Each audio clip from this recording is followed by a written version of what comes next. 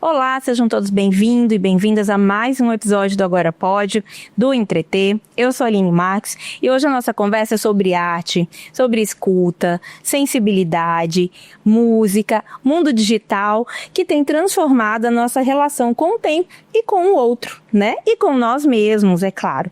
Então, nosso convidado hoje é maestro, escritor, compositor, pesquisador, autor de ensaios sobre arte, cultura, doutorando em política social, membro da Academia Mato Grossense de Letras, dirigiu a Orquestra Sinfônica da UFMT por mais de duas décadas, trabalhou com nomes como Gilberto Gil, Gal Costa, Vanessa da Mata, Roupa Nova, enfim, com esse currículo todo, então é uma honra poder receber você aqui, maestro Fabrício Carvalho. Obrigado, amiga, querida Aline, prazer estar aqui, prazer mesmo, super estúdio, você, toda a equipe, muito obrigado pela acolhida. E além de tudo isso que eu falei, o maestro também é autor do livro Escute Se For Capaz, lançado aí recentemente no mercado, né?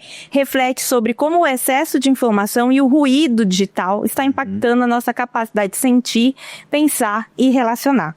Então, Fabrício, para a gente começar, eu queria que você já falasse um pouquinho desse livro, né? Você escreve que nunca fomos tão livres para falar e tão incapazes de escutar. Perfeito. Quando você sentiu que esse ruído estava tomando conta, quando que veio essa ideia aí? Aline, esse livro, ele é fruto de um processo muito atual da minha vida pessoal, depois dos 50 anos, quando eu resolvi voltar a estudar, né? Eu tinha parado um pouco a minha carreira acadêmica, né, no mestrado, eu começado um doutorado em São Paulo, mas por conta de trabalho, dos meus trabalhos na universidade, da Orquestra Sinfônica, da Pró-Reitoria, eu não continuei e fiquei um tempo sem pensar, né, o negócio acadêmico. Aí fiz 50 anos, falei, não, tá na hora de retomar, né, e me licenciei da Orquestra Sinfônica da UFMT e estou fazendo doutorado em política social. E entrei em 24/2, nós estamos em 25/2, então tem um ano de estudos muito profundos, teóricos, onde você tem tempo de ouvir, tem tempo de estudar, tem tempo de ler coisas novas, e foi nesse período que eu tive acesso a algumas informações, algumas teorias do mundo digital. Fiz uma matéria chamada Tópicos Especiais em Capitalismo de Dados, que dizia exatamente, que mostrava exatamente esse caminho do capitalismo na nova era digital, né? Trazendo o que a gente usava no início do estudo de Marx, por exemplo, como o capital, né? Como a mais-valia, né? A venda de trabalho do trabalhador para os donos de meio de produção. Agora você trabalha com outra informação, que são os dados. E fui estudar isso. E fiquei assim, muito, muito chocado com o que estava lendo e aprendendo, e resolvi escrever um pouco sobre isso, utilizando a minha experiência, né, pessoal, como pai, como filho, como membro da sociedade, como atuante, enfim. E Escute Se For Capaz é um grande estudo dessa questão que eu trago para a gente discutir, que é a infodemia, esse excesso de informação que acaba fazendo mal porque não permite que a gente escute. E você tem todo o direito de falar o que você quiser, mas e eu tô te ouvindo? Então eu questiono isso. Escute Se For Capaz é nesse sentido. Eu levanto diversos cenários da vida atual, onde você diz, todo mundo diz, e eu não te ouço mais porque o que você está me dizendo não condiz com o que eu acredito. Sou eu e minha bolha, sou eu e meus entendimentos. E a internet acabou dando esse espaço muito fluido, né? Uhum. Eu posso dizer o que eu quero. E aí vem todas as outras condições que são postas diante do assunto. Por exemplo, o controle social da internet, né? Eu dizer na internet o que eu quiser em função de uma suposta liberdade de expressão. E se escondendo atrás de uma tela também. E se escondendo atrás de uma tela. Um discurso ali preconceituoso. Exato. Atrás dessa Às vezes até criminoso, né? A prática de crime digital é uma coisa absurda. Então, a internet, eu concordo com a grande maioria das pessoas que estudam, não deve ser uma terra sem lei. E eu trago um pouco isso para o meu mundo, o mundo da escuta, né? Escuta artística, escuta cultural e faço um paralelo entre essa infodemia ou esse controle por dispersão, né? Que você joga muita informação, eu quero dar conta de tudo, eu quero ouvir e acabo não ouvindo nada. É um pouco disso que a gente discute no livro. E além de só de você falar e receber esse monte, você está sendo bombardeado desse monte de informação, a gente não está nem processando as informações que a gente recebe, né? Não dá tempo. Eu mesmo às vezes me pego e falo assim, eu vi tal coisa, mas é tipo assim, eu li um título e onde, que, quando, como é que foi. Eu não, às vezes eu nem prestei atenção nisso, porque é tanta informação, ainda mais que a gente vai nessa linha, né? Do rolando ali do TikTok, do Instagram, você não para absorver, processar esse conteúdo, né? O subtítulo do livro que foi lançado é O que as Big Techs escondem enquanto você desliza. Tá ali, né? À medida que você vai passando, você vai deixando ali rastros digitais. Aquilo que você dados, curte, não sou robô, aceito todos os cookies. Você vai aceitando e vai indo e vai fornecendo dados, vai fornecendo intenções de consumo e as Big Techs pegam tudo isso depois de bilhões de pessoas e transformam em dados para consumo. Tanto é que você fala 5 minutos em viajar, daqui a pouco começa a aparecer várias empresas vendendo passagem, hotel, hospedagem, aluguel de carro e todas as áreas. Então esse é o poder do algoritmo, esse é o poder das Big Techs de te controlar um canal de comunicação que você supostamente e subjetivamente aceita. Eu não quero de forma alguma dizer que não usem, não é para usar, não é isso. É assim, prestem atenção no que está contido ali. Tá ok para você? Então manda brasa. Se você consegue se desvencilhar da ação consumista das Big Techs, manda brasa. Eu uso rede social, todo mundo usa. Eu estou divulgando o livro, os meus conceitos na rede social. Não tem como. Utilizando o artificial, não tem como. E somos seres sociais. Absolutamente. E a internet nos conectou, né? A rede social, no primeiro momento, ela é fantástica, porque ela nos reconecta com parentes, com gente que você estudou lá atrás, né? Isso é maravilhoso. Agora, a partir daí, o preço que a gente paga é um preço que não é escrito. É o comércio de dados que é feito pelas Big Techs. Por isso que o livro trata um pouco dessas questões de maneira muito clara, sabe, Eline? Sem prevaricar ou sem tender para um lado B ou A. Não, é técnica. E aí no final eu dou umas dicas para como estudar. Ouvindo música e para fugir um pouco disso. Você falou da escuta artística. Eu, além do jornalismo, estou finalizando o curso de psicologia. Legal. E a gente usa muito na psicologia o escuta ativa. Isso a gente escuta desde o primeiro semestre da faculdade. E aí a gente vai aprendendo que na escuta ativa o silêncio fala. A ausência fala. E aí você usa muito a imagem do silêncio como espaço de criação. Como a gente recupera o silêncio em uma era que tudo é urgente, Fabrício? Então, essa prática do silêncio eu acho que é o nosso grande desafio. Porque a gente é natural, você disse com muita propriedade, nós somos seres sociáveis, a gente precisa falar, a gente, uns mais, outros menos, colocar a sua opinião sobre diversos assuntos, isso é absolutamente normal. Agora, o processo de escuta, ele advém de um exercício físico num mundo infodêmico, onde todo mundo fala e aí às vezes eu me sinto pressionado a falar também. Eu preciso emitir a minha opinião, eu preciso ter lado, eu preciso escolher a minha bolha. E eu discuto exatamente isso. Será que o silêncio não é uma alternativa para essa sociedade do cansaço que o Byung-Chul Han, esse filósofo coreano, está discutindo, está no mundo todo, né? O que o Domenico De Masi discutiu da década de 90 sobre o ócio criativo. A capacidade que a gente tem de parar um pouco, desligar das telas, desligar dos streams, desligar do mundo da informação e refletir sobre si próprio, sobre aquilo que é importante, sobre a minha música, sobre os meus gostos musicais, sobre os meus livros, sobre os meus filmes, né? E se olhar um pouco mais e deixar de ser uma pessoa que vai ao léu e ao cabo e motivado pelas impressões sociocoletivas, né? Então é um exercício, não é fácil, sabe? A gente está muito dependente das telas, a gente acorda com ela, a gente vai dormir com ela, né? A gente senta num restaurante e bota o celular do lado, né? Então esse desprendimento digital é que eu acho que é necessário num mundo doente. num mundo informacional doente. A gente tem que dar conta de tudo, né? As novas profissões, por exemplo, do influencer, do criador de conteúdo. Você tem que colocar no seu Instagram que você é criador de conteúdo digital, senão você não engaja. Isso é uma loucura, gente, né? Então eu tenho que dizer uma coisa que eu não sou e tenho que produzir conteúdo, senão o Instagram ou qualquer outra rede social fica me cobrando que o meu rendimento é baixo. Aí você pega uma pessoa que tem pouca literatura digital, ela enlouquece. Pega as crianças que estão nascendo com o celular na mão, cria um ser dependente de um like, que é uma doença, Aline. Nós que temos filhos, né, os amigos que estão nos ouvindo em casa, é um pouco disso, dessa preocupação social que eu trago no livro. E você mostra também que o problema hoje não é só as fake news, né, que também tá aí, mas o barulho, a sobrecarga, o cansamento da atenção. Por que o excesso de informação hoje não esclarece, mas confunde? Exatamente porque ele traz para você uma série de informações, na grande maioria das vezes nova, né? Tudo que todo mundo está produzindo, está todo mundo colocando e socializando. E eu, na minha ansiedade natural de querer avançar no mundo do capital, querer ter mais conhecimento para transformar esse conhecimento em algum momento, em alguma parte em recurso financeiro, eu tenho que estudar e aprender tudo isso. Isso me leva a uma exaustão tecnológica e, no próximo passo, a doença. Né? Então, assim, não é porque está disponível na rede, não é porque chegou para mim que eu tenho que consumir.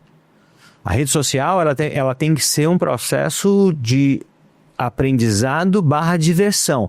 Se for alguma coisa ou de obrigação para que eu tenha que cumprir metas, deixa de ser prazer, passa a ser trabalho. E se é trabalho, eu tenho que ser remunerado. E eu sou remunerado na rede social, em que pese eu fornecer todas as meus dados, as minhas vontades, induzir gênero, induzir todas as formas para as big techs e elas se utilizarem disso de maneira sem nenhuma contrapartida para mim, então não pode ser trabalho, né? Então esse buscar esse conhecimento a qualquer preço é que eu discuto, questiono e coloco algumas alternativas. Você colocou também, por exemplo, hoje em dia uma necessidade das pessoas se posicionarem, né? Tudo preciso falar disso, preciso me posicionar, principalmente na política, inclusive. E você disse que escutar é um ato político. O que significa resistir pela escuta em um mundo que só valoriza quem fala alto? Se a gente perceber o ato de falar, né, e se comunicar, ele vem da Grécia Antiga, ele vem da Acrópolis, né, ele vem do espaço coletivo onde os mais preparados iam falar para os gregos e essa mensagem ia chegando, né? Então o ato de saber ouvir é uma coisa das mais importantes, porque senão eu ouço de uma maneira enviesada ou de acordo com o meu interesse pessoal, eu transformo aquilo numa outra verdade. Então saber ouvir é saber resistir à tentação de pegar aquela informação e tratar de uma outra maneira. O que a gente vê em grande parte, em alguns momentos, principalmente em épocas de campanha política, é exatamente isso. A gente trata a informação de acordo com o interesse daquela região, daquele espaço social, e aquilo vai se moldando de acordo, não mais com a verdade, mas com o ouvido de quem vai ouvir. Então vira uma loucura. Onde acaba ficando a verdade? Né? De qual verdade estamos falando? Né? E quem é que pode dizer, opa, isso aqui não é verdade? É quem emitiu e quem está ouvindo e sabe da verdade plena. Por isso que eu digo que o que escutar é um ato de resistir. Eu posso te ouvir, Aline, eu posso não concordar. Não é porque você está dizendo que eu tenho que ter uma Aline Marques, uma super jornalista competentésima, super talentosa, eu vou tratar isso como verdade, né? E quanto mais estudos evolutivos nessa área, mais a possibilidade da gente entender isso. E aí você pega o Brasil, um país ainda carente de informação, carente digitalmente, né? Que as pessoas ainda têm uma simplicidade comunicacional, é muito fácil entrar na mente dessas pessoas. E dentro dessa questão de falar alto, você vê um caminho para um debate menos gritado, diria até menos polarizado, talvez, né? Em que a gente ainda está preso nessa lógica da guerra do discurso? Eu acho que a gente está bem preso nisso, assim, eu sinceramente eu não vejo saídas. Tem muita gente estudando o campo digital e outras formas de comunicação, então não é por falta de estudo, acho que as universidades vão dar conta disso. O problema é chegar isso à sociedade. Se a gente entender que essa arquitetura digital influenciou as grandes eleições do mundo nos últimos 10 anos, estamos falando desde Barack Obama, depois o Trump, Bolsonaro no Brasil, né? Agora o Mandani, prefeito de Nova York. Nova York, sim. Um cara completamente fora do mainstream, faz uma super campanha nas redes, quer dizer, você fala assim, nossa, não tem mais novidade. Tem. Nova York acabou de eleger o Zohran Mandani, um cara de Uganda, muçulmano, prefeito da maior cidade do mundo. O que foi isso? Uma nova rede social, mais leve, mais jocosa. E é impressionante aquele vídeo da Vitória, que tá todo mundo no celular. Não sei se você viu que ele tá tocando a música lá, o DJ e tal. E tá todo mundo no celular. Foi uma campanha 100% tecnológica, né? Assim. E aí eu discuto também o ouvir de novo que você trouxe, né? Como pergunta, né? É ouvir e ver. Hoje a gente vai para os shows, hoje a gente vai para uma reunião, a gente leva o celular para fazer a foto, acaba perdendo grande parte dos shows gravando. Gravando para quem? Para si próprio? Não é melhor a sua lembrança na retina? Não, é porque... Não, é para mim. Não é. É para você mostrar em algum lugar que você foi. Então o ato de revelar, isso também é uma coisa que a gente precisa trabalhar um pouquinho, né? Será que não é importante eu mostrar o meu trabalho, a minha arte, ao invés de mostrar a arte do outro? Poxa, você foi no show do Guns... Que maravilha, mas essa necessidade que eu tenho de postar, de ganhar likes, de aferir likes, né? É uma coisa que eu questiono um pouco, né?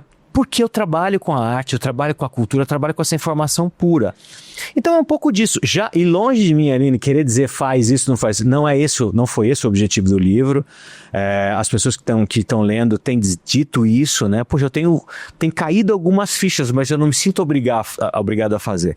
Então é nesse sentido de despertar refletir, né? Será que não é isso? A gente precisa, como seres pensantes, estar questionando o tempo todo, né? A gente não pode aceitar tudo como verdade absoluta. Exatamente. Né? A gente precisa questionar. E você, Fabrício, também teve na vida política. Sim. Né? Atuante não só como pró-reitor na UFMT, também vida política partidária, disputou eleição. Eu queria que você falasse um pouquinho de como a política te influenciou, te ensinou, o que ela te ensinou sobre as pessoas e o que é a música, né? Já entrando aí nessa que é a sua principal área, eu diria, né? A música te ensinou que a política ainda não conseguiu aprender. Eu aprendi muito e sou muito grato à política, né?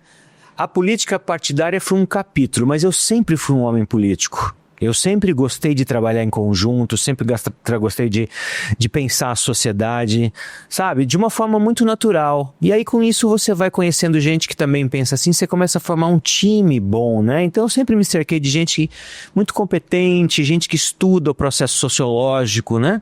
E a experiência política foi muito importante, primeiro porque a gente conhece todo mundo, né? As pessoas mais bacanas, inteligentes, e algumas nem tanto. Então, essas eu não quero mais conhecer nem estar perto. Mas outras que eu aprendo, sim. A experiência política é uma experiência em que eu desci do patamar de maestro da orquestra sinfônica, aquele cara conhecido. Daquele palco, né, digamos assim. Para o terraço, para o submundo do pedir voto, né? Então, as experiências ótimas. As pessoas mais simples, que não me conheciam na campanha política da prefeitura de 2020. Você nunca apareceu aqui, você é político, você é ladrão. Eu falava, não, minha senhora, é minha primeira experiência política, eu sou maestro da orquestra sinfônica, não quero saber. Se você faz política, você é ladrão. Então isso foi, essa condicionalidade foi uma coisa que me chocou muito, né? Muito. Então foi uma experiência que eu tenho muita gratidão. Quando eu volto para a universidade, pós-pandemia, como pró-reitor, ou mesmo antes, né? Essa prática do discurso, da coletividade, de construir em conjunto, me é muito natural, sabe, Aline? Eu não faço um tipo, vou ter que ouvir o grupo agora. Eu adoro ouvir. Eu sou daqueles que tem 2 ouvidos e uma boca. Eu prefiro muito mais ouvir do que falar. Né? Mas quando falar com propriedade, com conhecimento de causa. Então, todas essas experiências políticas, sociais, me trouxeram onde eu estou agora, né? E assim, todas foram muito bacanas, sou muito grato. de gestão, de política partidária, de conhecer gente, de andar o Estado, de andar o Brasil. Coordenei fóruns nacionais de pró-reitores de extensão, por exemplo.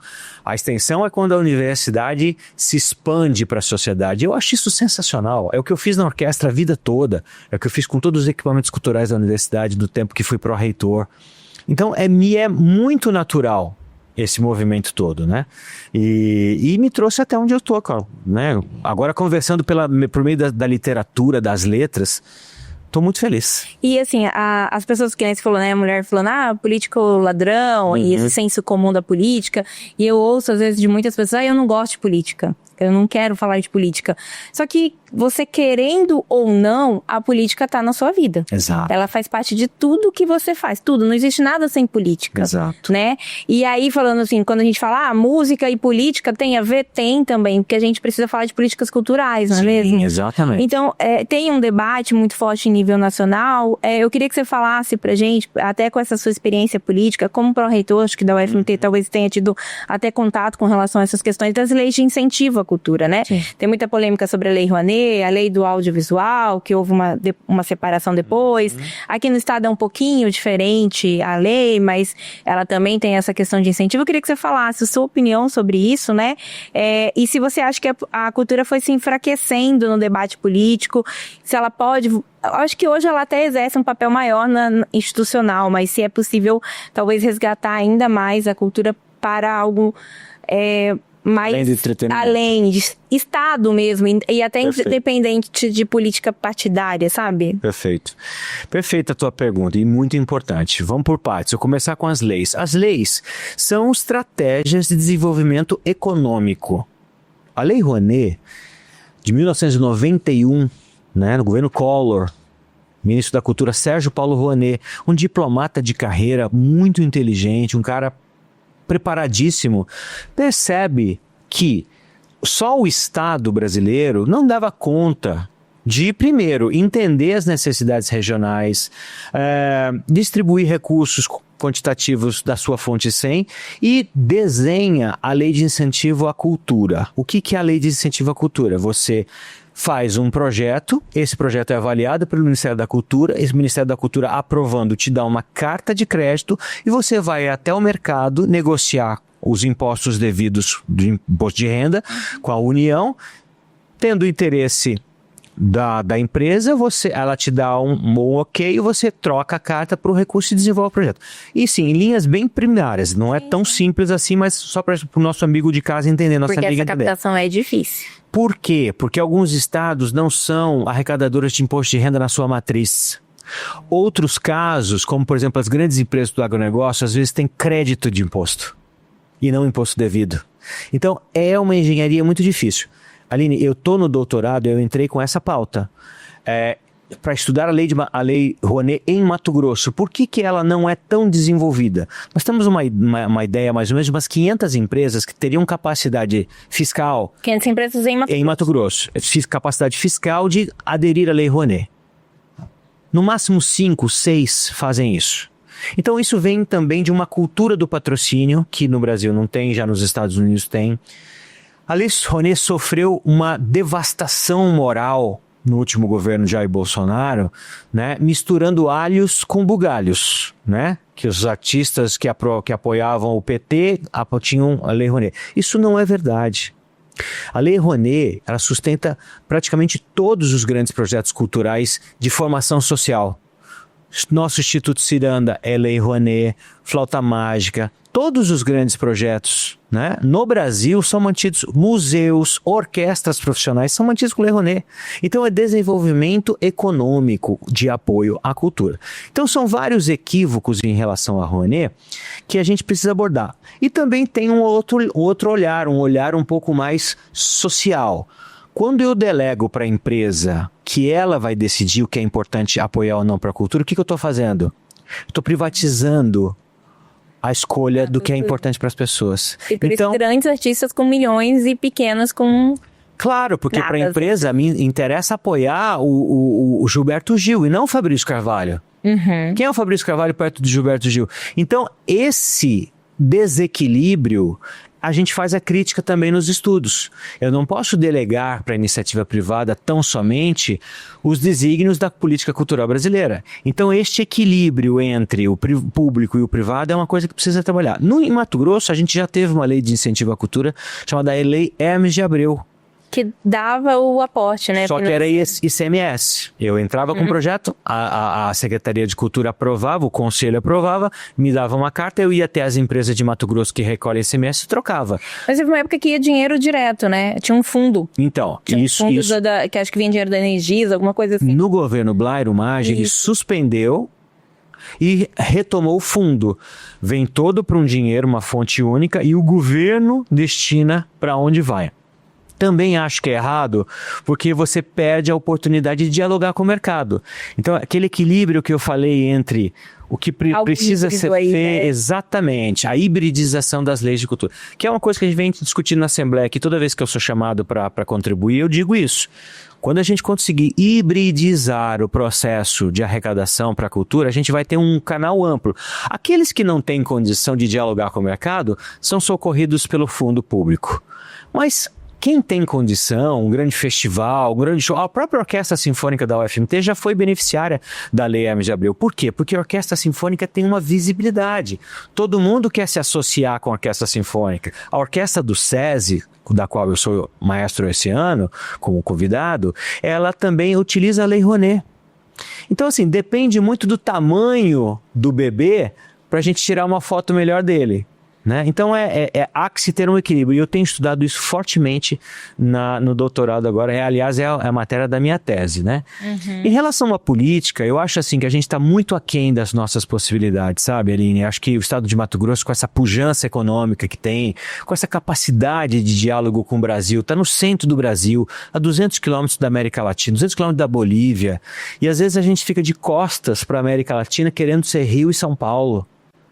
Então, eu tenho umas outras teses, né? Eu acho que a gente tem que virar um pouco para a América Latina, integrar com os irmãos da América Latina, falar com o Brasil todo. E nossa cultura tem influência. Influência do Paraguai, influência da... Perfeito. Rasqueado o que é? A mistura da polca paraguaia com a viola que chegou da Europa e virou essa confusão maravilhosa, dá origem ao do preciso olhar, entender, inclusive, as raízes da nossa cultura. Porque às vezes a gente não entende. Num estado tão rico como o nosso, a gente não tem uma escola de artes pública, Aline. Presta bem atenção, o estado de Mato Grosso não tem uma escola pública de arte e cultura. Cuiabá, nossa capital, mais de 300 anos, não tem uma escola de música pública. Cuiabá não tem um teatro público. Então, assim, e a gente vai indo, a política de editais vem, né? A política de editais é um tipo de política, não pode ser única, exclusivamente. É um tipo. Ela é somada com todas as outras uma alternativa, é o feijão, mas você precisa do arroz, da salada, da carne, da proteína, né? A política de edital não pode ser única e exclusivamente a sobrevivência do artista, porque de novo ele está dependendo do Estado. De novo ele precisa atender algumas indicações da política, por exemplo, uma política de indução. Aline, nós vamos fazer um projeto aqui, só que nós precisamos falar sobre o processo de urbanização, então eu quero música só no centro da cidade. Mas e quem faz música no interior, na zona rural? Tá fora. Então essa política de indução, ela às vezes deixa muita gente de fora. Por quê? Porque o cobertor é curto. O edital não dá para todo mundo. O artista tem que se adequar, né? E perde um pouco da essência. E quando o artista se adequa, ele perde a alma. Ele perde a alma. O artista atrelado ao poder público, ao dinheiro público, está fadado ao fracasso. Então, assim, não desejo isso para ninguém e entendo, às vezes, quando você vai buscar o recurso público em último ato, mas acho que não é o ideal. Acho que se a gente puder equalizar entre edital, escolas, espaço público, diálogo com o mercado, né? Tem muita coisa importante que o mercado adoraria. Várias frentes, né? Exatamente. Agora, Fabrício, eu comecei a entrevista de trás para frente, eu diria, falando do livro que é o seu trabalho mais recente, mas agora eu queria voltar um pouquinho mais no passado, para falar um pouquinho quem era o garoto que encontrou a música, em que momento você percebeu que esse seria o caminho da sua vida? Até porque... Esta é a sua vida. Ser músico Adorei. não é uma profissão fácil, Não, né? Inclusive, antigamente até talvez criminalizada, né? Eu digo isso com muita tranquilidade, principalmente para os pais e mães que estão ouvindo a gente, né? Meus pais não queriam que eu fosse músico, né? E eu já sou pai e eu entendo perfeitamente. Você sabe o quanto você realmente... Perfeitamente a posição paterna de proteger o filho em nome de uma segurança financeira, né? Nós vivemos no Brasil, um país de terceiro mundo, um país que não valoriza a cultura como deveria, né? Na França, o orçamento do Ministério da Cultura, o Ministério da Cultura é o primeiro que é definido pelos novos presidentes. Né? No Brasil é a fazenda, é indústria e comércio, a cultura geralmente é moeda de troca, política, né? Eu digo no Brasil, nos estados, na prefeitura, né? Na França não. Então assim, eu entendo perfeitamente a preocupação paterna sobre ser músico. Agora, eu sempre soube que eu queria ser músico. A minha mãe me colocou para fazer piano aos 4 anos de idade, né? Então eu faço música desde que eu comecei a fazer música primeiro do que ler, né? E eu sempre quis fazer, mas entendi a proposta dos meus pais e fui fazer engenharia civil, fazendo música, né? Já aqui eu sou de São Paulo, mas já aqui em Mato Grosso. Você veio pra cá quando? Eu vim pra cá com 10 anos, 1984. Menino. Tá na idade agora, hein? É 51. Vamos fazer a conta aqui. Mas 51 bem vividos, né? E super feliz com a minha idade, super resolvido, de boa. Mas assim, é uma profissão muito difícil, né? Esse menino que você cita, ele sempre quis fazer, entendeu a preocupação social dos pais, fiz até o 4º ano de engenharia civil. Faltou um pra formar, né? Faltou um. E assim, te digo com muita tranquilidade, tudo que eu aprendi na engenharia, eu aplico na minha vida hoje. Imagino, porque música é matemática também, E eu fui né? gestor público. Então, saber que você tem isso para gastar e não pode gastar mais do que você tem, além de ser óbvio, é matemático. Então, todos os conceitos matemáticos que eu adquiri, como pensar cartesianamente, como pensar com gelo, couro grosso e gelo na veia, né? É um pensamento matemático.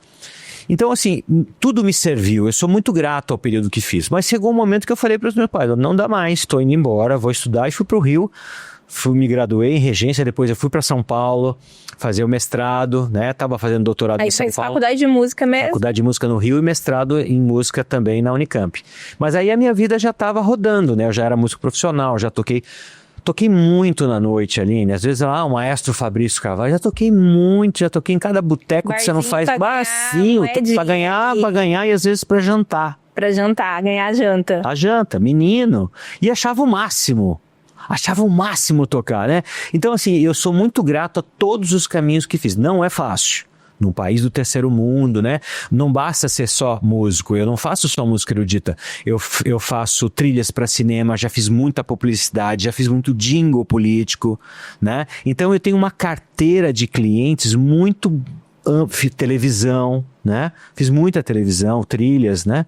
Então eu tenho uma carteira ampla, né? Isso só me trouxe musculatura para poder fazer o que eu faço hoje. Mas essa paixão pela música erudita, música clássica, não é algo tão convencional no Brasil. Como é que surgiu aí? Como é que você conheceu? Como é que você se apaixonou por ela? Surgiu dos estudos formais de piano.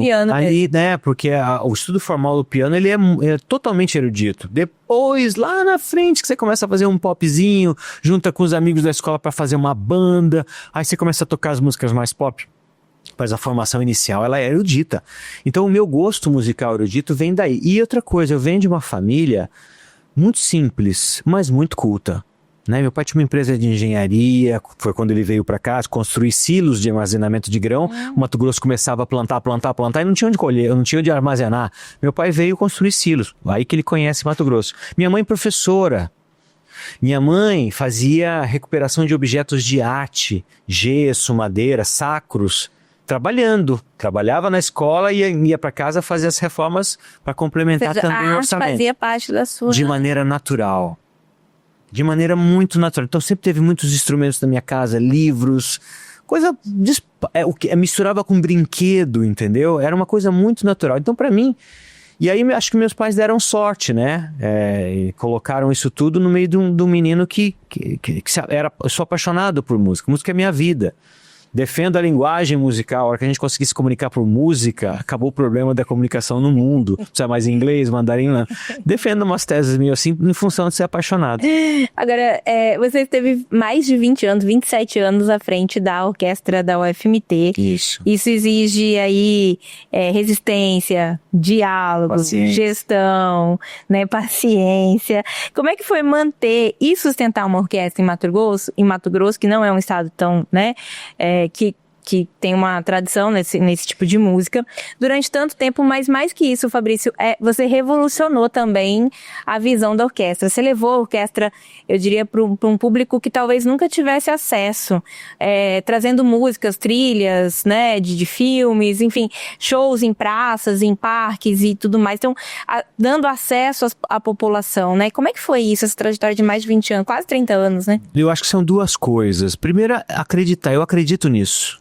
Eu não usei isso como estratégia de sobrevivência funcional. Não, eu sempre acreditei. Acho que a minha música ela tinha que ser para todo mundo. Volto a dizer, eu sempre gostei de trabalhar com coletivo.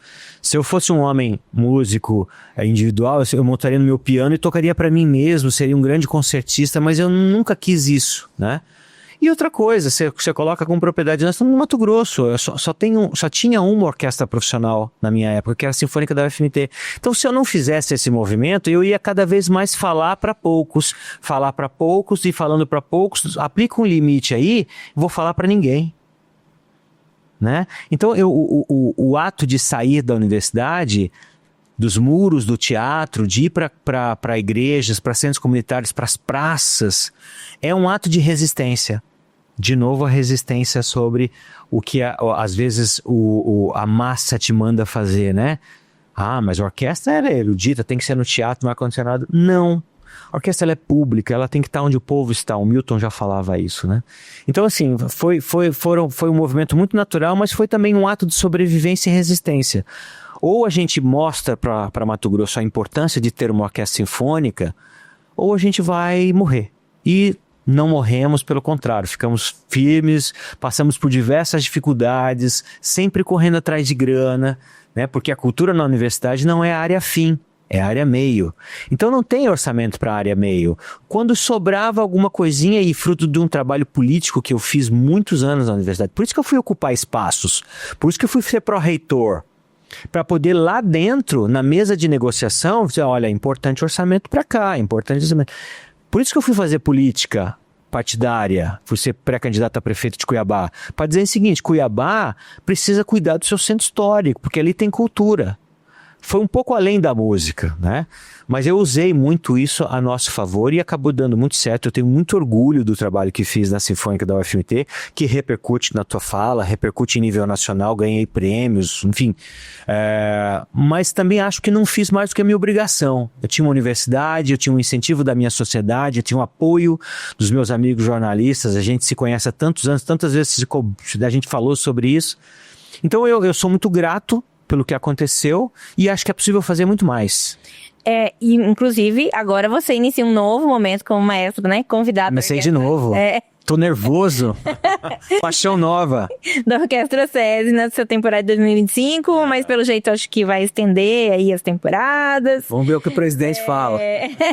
Que tipo de caminho musical você pretende construir nesse novo formato? É um Fabrício diferente, que sobe aos palcos hoje? E também já me fala um pouquinho aí da programação para o fim de ano. Tá, bem diferente, Aline, mas muito diferente. Muito mais calmo, né? Talvez um pouco mais cansado, né? Sem aquela energia Eu assumi a Sinfônica da UFMT com 22 anos. Tô com 51, né? Então, assim, a gente aprende os atalhos, né? Mas a gente perde massa muscular no período e perde uma energia. Dá para juntar as duas coisas, os atalhos com menos velocidade. E é nisso que eu tô no SESI agora. Eu fui convidado pela Federação das Indústrias e pelo SESI, né? A contribuir num modelo que eles já estavam há mais de 5 anos com a Orquestra SESI, sem maestro, uma coisa um pouco menor, com desafios artísticos ainda um pouco mais controlados. E eles sentiram a necessidade de expandir isso porque toda a repercussão da Orquestra SESI nos últimos anos foi muito positiva. Estava trazendo números positivos. E para um sistema social como é a FIENTE e o SESI, isso é muito importante, o feedback com a sociedade. E eu estava afastado da universidade, só estudando, só fazendo doutorado, né? Aí me ligaram e falaram, ó, vamos fazer um trabalho? Eu falei, vamos embora, deixa eu entender. E tô tão feliz, menina. Porque eu remocei, né? Eu remocei, gente nova, grupo novo, novos desafios, também, sala nova, público novo, né? Esse final de semana eu estive em Matupá, e nunca tinha ido a Matupá fazer música. Um concerto numa praça linda, numa cidade produtiva. Tá furando novas bolhas, então, né? Você furou bolhas lá com a UFMT e hoje tá furando novas bolhas com música também. E procurando novas bolhas e querendo entrar nelas. E mostrar para essas novas bolhas que existem coisas que já estão feitas, existem caminhos já percorridos, que a gente pode evitar alguns traumas e erros, né? Essa é a vantagem de você ter um pouco mais de idade, né? Você sabe alguns caminhos. Então pegar uma orquestra jovem, fresca, recente como a Orquestra SESI, ávida, né, por percorrer novos caminhos, para mim tem sido assim, um mergulho na jovialidade. E músicos matogrossenses. Músicos matogrossenses. É importante falar isso, né? Porque a gente tem um cartel de músicos muito bom aqui em Mato Grosso. Muito competentes, muito competentes. A gente não perde para grandes centros, não. E no SESI você tem formação musical, você tem formação literária, você tem formação esportiva, quer dizer, não conhecia profundamente o Sistema S, né? Então agora tô me aprofundando. Eles dialogam com a Lei Rouanet, eles dialogam com a indústria, com a agroindústria matogrossense, que tem tudo para ser a nova revolução pós-commodity. A questão da commodity em Mato Grosso está resolvida. A gente planta e não consegue distribuir riqueza, não consegue aumentar o número de emprego. Estou criticando, não. Estou apenas constatando. Eu acho que a agroindústria, onde se insere a Federação das Indústrias e o SESI, é o caminho do futuro de Mato Grosso. E a gente está ali dentro, fazendo música de qualidade, tocando com Vanessa da Mata, com Michel Teló esse ano, com o Renato Teixeira. Então, assim, são desafios monumentais e eu, com a minha experiência pequenininha, estou conseguindo contribuir. Tá modesto, né? Estou conseguindo contribuir lá. E a programação agora? Uma temporada que foi lindíssima. Eu nunca regi tanto na minha vida como eu regi esse ano. E a gente, os próximos concertos, já está todo mundo convidado, dia 7 de dezembro, no Teatro da UFMT.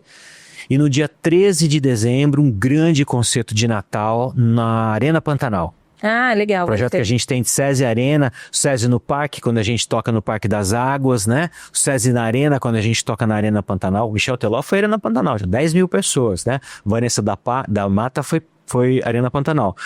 Então, 7 de dezembro, no Teatro da UFMT, um concerto com o coral da UFMT, eu voltando para minha casa, voltando para um grupo que eu amo, que é o coral da UFMT também, regendo repertório muito bonito, no final coisas de Natal, e o mesmo concerto no dia 13 de dezembro na Arena Pantanal, aberto, entrada, todos os concertos da Orquestra SESI são entrada franca, todos. Esse do teatro também? Entrada franca. Só logo que você tem que retirar o ingresso no Simpla, Nossa. Então logo o SESI libere, corre lá e tira sem que esgota em 15 minutos. São 500 lugares apenas. Mas aí esse concerto é repetido na Arena Pantanal, esse para 20 mil pessoas. Então todo mundo convidado, Já gente. Convidado. Coloca na agenda aí, save the date. Mas para quem acha que o Fabrício, ele trabalha com música clássica, erudita, tá muito por fora. O Fabrício também tem uma banda de rock, a Quartal. E eu queria que você falasse também como é que veio aí essa sintonia com o rock, como que o rock conversa com o maestro, como é que suas identidades se encontraram. Aline, eu sou um apaixonado por música inclusive boa. Guitarrista, né? Guitarrista. Na Quartal eu sou guitarrista. Meia boca, mas sou. Eu sou apaixonado por música boa, né? E aí as pessoas às vezes me perguntam, mas você é maestro, só ouve música erudita? Não. Falei, eu fiz muita trilha, eu já toquei em boteco e muito orgulho disso. Muito orgulho, né? Quando eu era bem mais jovem, precisava trabalhar, ganhar uma grana paralela, trabalhei muito. Então eu adquiri me permita dizer, uma versatilidade musical que às vezes as pessoas que trabalham com música erudita não têm, e eu tenho muito orgulho disso, né? Então quando eu monto uma banda de rock, primeiro é uma banda de rock que não é uma banda de rock profissional, mas é uma banda de rock que faz música de qualidade. Segundo, eu me uni com gente que eu amo, com gente que eu gosto, com amigos de 30 anos, Alexandre César, Paulão Xavier, Ilen Almeida, são meus irmãos de música, né? Inclusive tem um violino na banda, né? O Ilen Almeida, que trabalhou anos comigo, que ele é baixista na banda, mas ele 2 ou 3 ele faz o violino, porque nós somos uma banda diferente. Eu sou guitarrista, mas as pessoas de vez em quando pegam um teclado para fazer, né? Então assim, é mais do que música, é quase uma higiene mental, mas quando a gente se predispõe a fazer, a gente faz com muita qualidade. Siga a gente nas redes sociais das Big Techs lá, que a gente está criticando, mas siga lá a gente e acho que você vai curtir bastante. Então, caminhando para o final agora, Fabrício, se você pudesse deixar uma frase para quem está escutando essa conversa, uma frase sobre como existir nesse tempo, qual que seria? Aline, existir nesse tempo tem sido uma aventura cada vez mais maluca, né? A gente está vendo tanta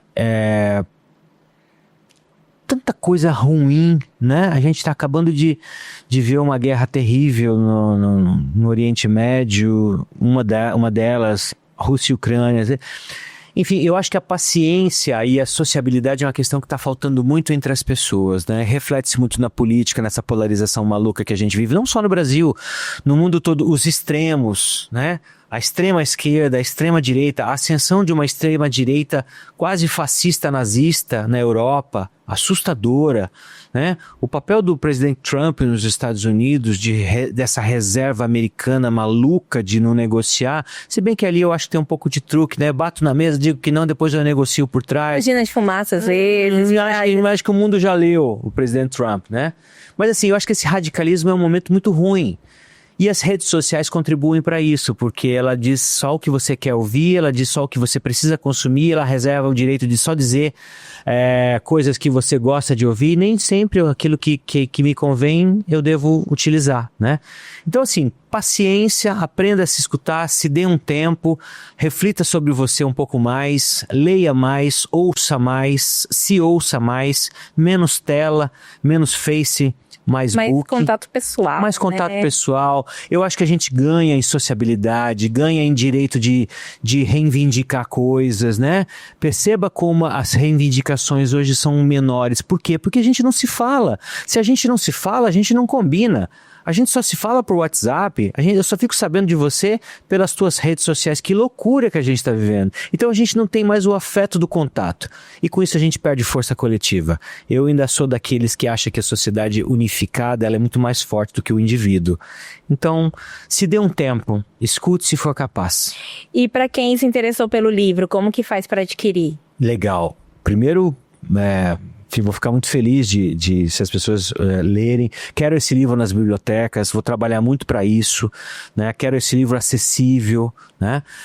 No site da editora Letramento, e aqui eu faço um agradecimento à editora Letramento, que é uma editora mineira grande, né, que aceitou o desafio de publicar um escritor de Mato Grosso, sem muita trajetória na literatura, né? Mas eles sentiram a importância do livro e compraram essa ideia, né? Os primeiros livros dos escritores a gente paga para imprimir, né? Esse eu não paguei, sinto muito honrado, né? Por a editora ter acreditado. Então, editoraletramento.com.br tem lá todos os livros da editora e tem lá, escute se for capaz, é só entrar lá e comprar pelo site. Programação da orquestra está disponível também no site? No site das redes sociais do SESI Mato Grosso, SESI Cultura e Inovação. E Fabrício, qual que é a sua roupa? Arroba Maestro Fabrício Carvalho, super simples. Para ficar ligadinho aí na programação, tanto da orquestra, quartal, do livro. Onde a gente está tocando, onde tem show de rock. Eu escrevo algumas coisas também sobre arte e sociedade, então tem tudo lá. Então, Fabrício, muito obrigada por você tirar esse tempo aqui com a gente. Querido. Tá? Uma delícia. E para você que acompanhou a gente até aqui, fique ligadinho nas nossas redes sociais, leagora.com.br, acompanhando lá as novidades, as coisas factuais, estão todas no site também. Então fica ligadinho aí com a gente também, acompanhando todas as notícias em tempo real.